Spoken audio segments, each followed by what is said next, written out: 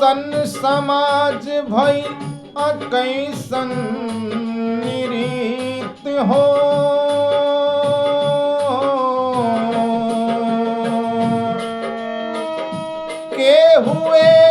के हुए से नहीं खे अब प्रीत हो। के करा पे भरोसा करी मन भय भीत बाटे।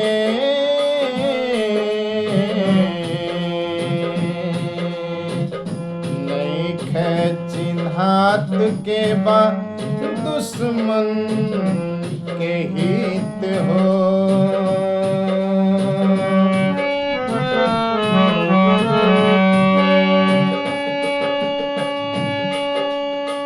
कुकुरे पोसाता गैया, कुकुरे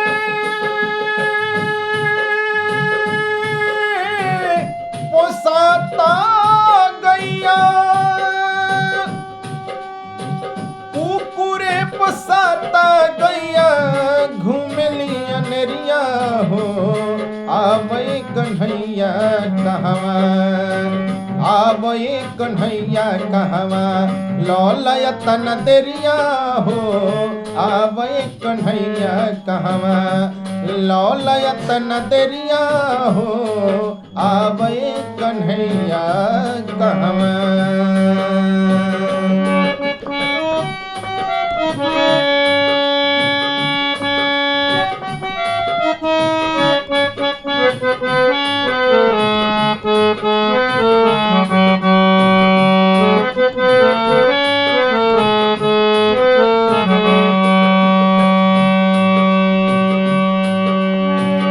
तोता कबूतर पोसाता खरगोश हो।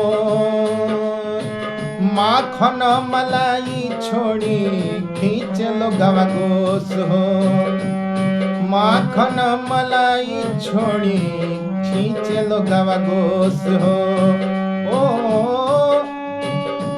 तोता कबूतर पोसाता खरगोश हो।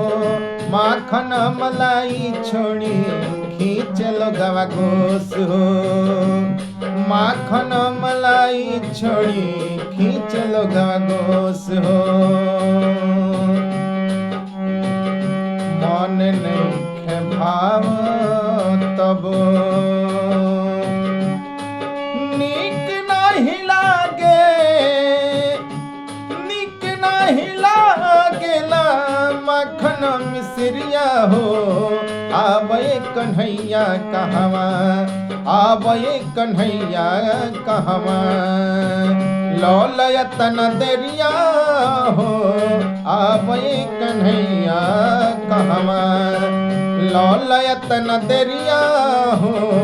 आवे कन्हैया कहवा।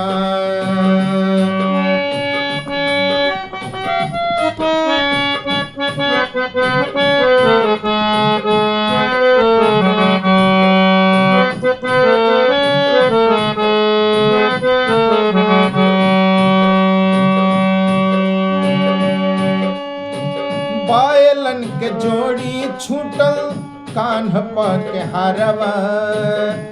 डोली लेके लौकत नैखन राही में कहारवा।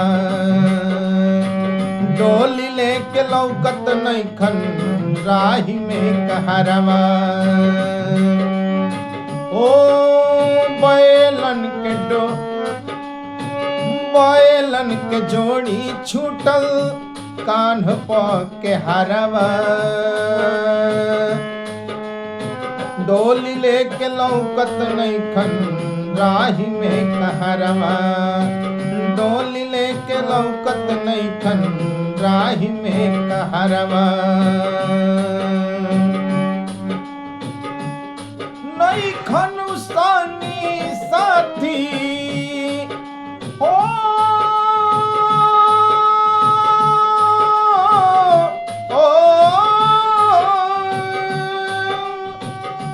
नैखन संगी साथी वैसनिया नजरिया हो आवे कन्हैया कहवा आवे कन्हैया कहवा लौलयत नजरिया हो आवे कन्हैया कहवा लौलयत नजरिया हो आवे कन्हैया कहवा